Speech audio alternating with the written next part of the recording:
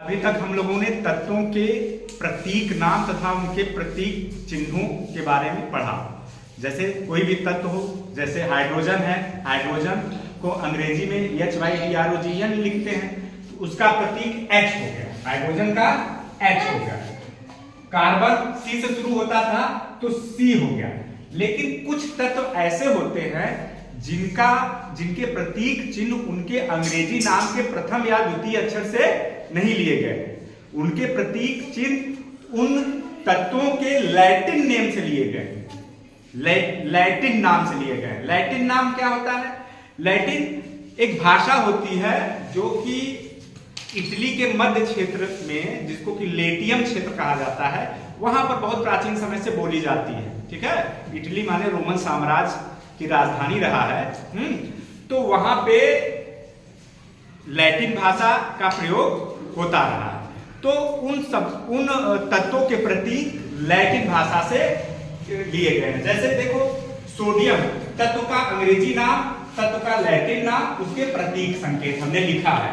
ठीक है, यहाँ पे जैसे दिया है, हमने लिखा है सोडियम। सोडियम का अंग्रेजी नाम सोडियम SODIUM, लेकिन लैटिन भाषा में इसको नेट्रियम कहते हैं। तो इसका जो प्रतीक है सोडियम के हिसाब से, अंग्रेजी के हिसाब से SO होना चाहिए, लेकिन नहीं, इसका प्रतीक Na है। कहां से Na आया?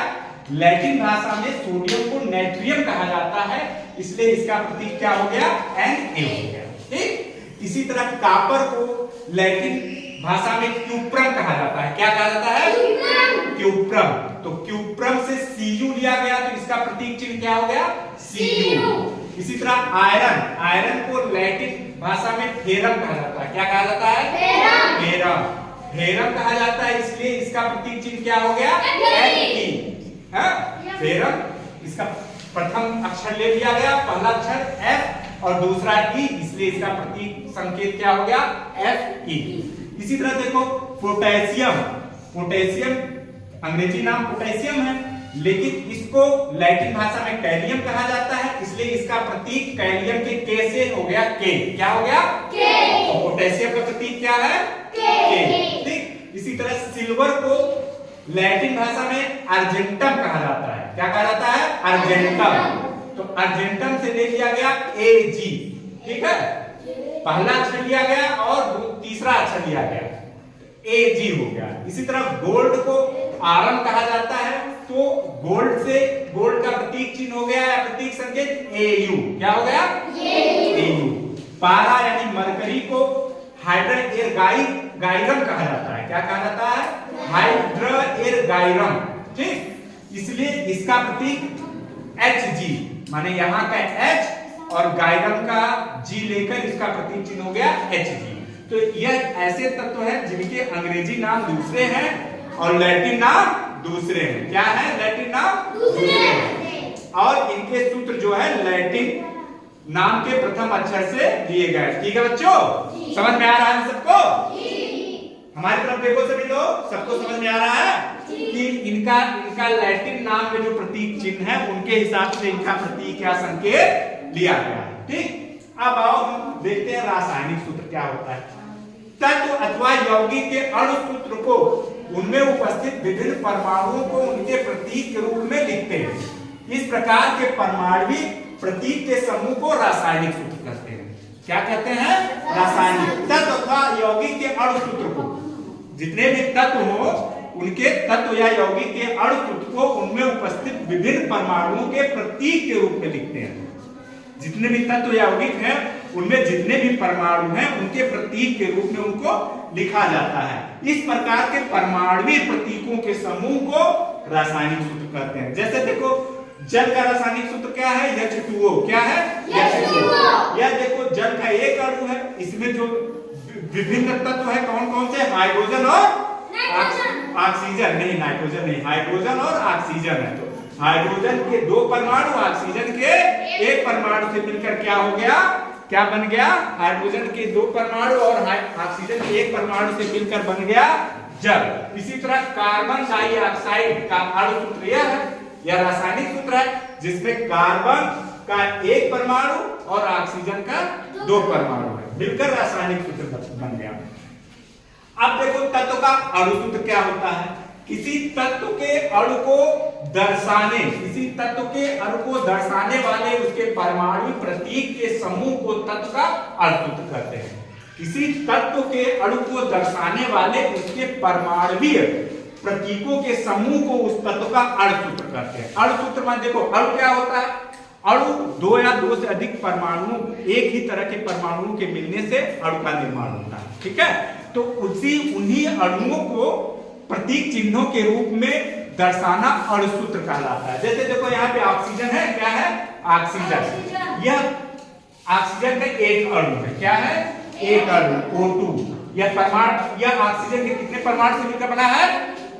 दो। कितने परमाणु से मिलकर बना बच्चों? इसी तरह यह देखो नाइट्रोजन का एक अणु का सूत्र है। यह नाइट्रोजन के दो परमाणुओं से मिलकर बना है। इसी तरह क्लोरीन का एक अणु है, या ब्रोमीन का एक अणु है, या आयोडीन का एक अणु है। ये सभी जो है अपने अपने दो परमाणुओं से मिलकर बने हुए हैं। लेकिन देखो यहाँ हमने लिखा है P4, पोटेशियम और सल्फर। यह पोटेशियम का एक अणु है, P4 और S1।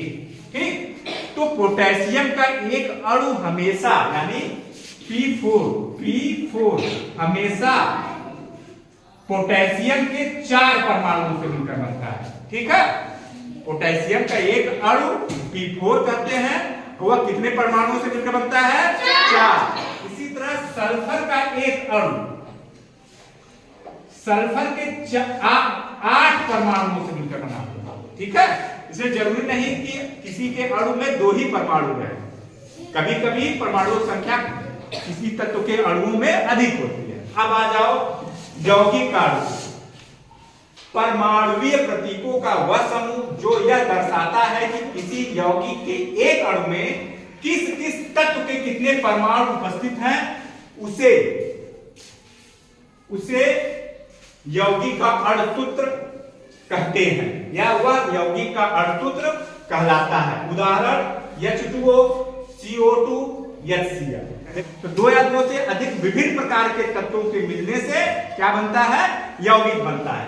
तो यौगिक का सूत्र कैसे दर्शाया जाता है? देखो यहाँ पे यह यौगिक है। क्यों यौगिक है? यह जल H2O, क्योंकि यह 2 प्रकार के तत्वों से मिलकर बना हुआ है। ठीक आ रहा है, 2 प्रकार के तत्वों से मिलकर बना हुआ है, एक हाइड्रोजन, दूसरा ऑक्सीजन। ठीक है, तो यह क्या हो गया? यह यौगिक का अर्धसूत्र हो गया। क्या हो गया? यौगिक का अर्धसूत्र हो गया। ठीक, यौगिक का अर्धसूत्र कितने प्रकार के तत्वों से मिलकर बना हुआ है? 2। इसी तरह कार्बन डाइऑक्साइड CO2 एक क्या है? यौगिक का अर्धसूत्र है, या कार्बन और के एक ऑक्सीजन के 2 परमाणुओं से मिलकर बना हुआ है। ठीक है, इसी तरह HCl देखो है, यह हाइड्रोजन क्लोराइड है, परमाणुओं से मिलकर बना है HCl। ठीक, अतः अर्धसूत्र दर्शाता है उस यौगिक का एक अणु, अर्धसूत्र क्या दर्शाता है? उस यौगिक के एक अणु में तत्व जिनके यौगिक बना है, यौगिक के अणु में उपस्थित तत्वों की परमाणुओं की संख्या। यह 3 चीजें बताता है यौगिक का अर्धसूत्र।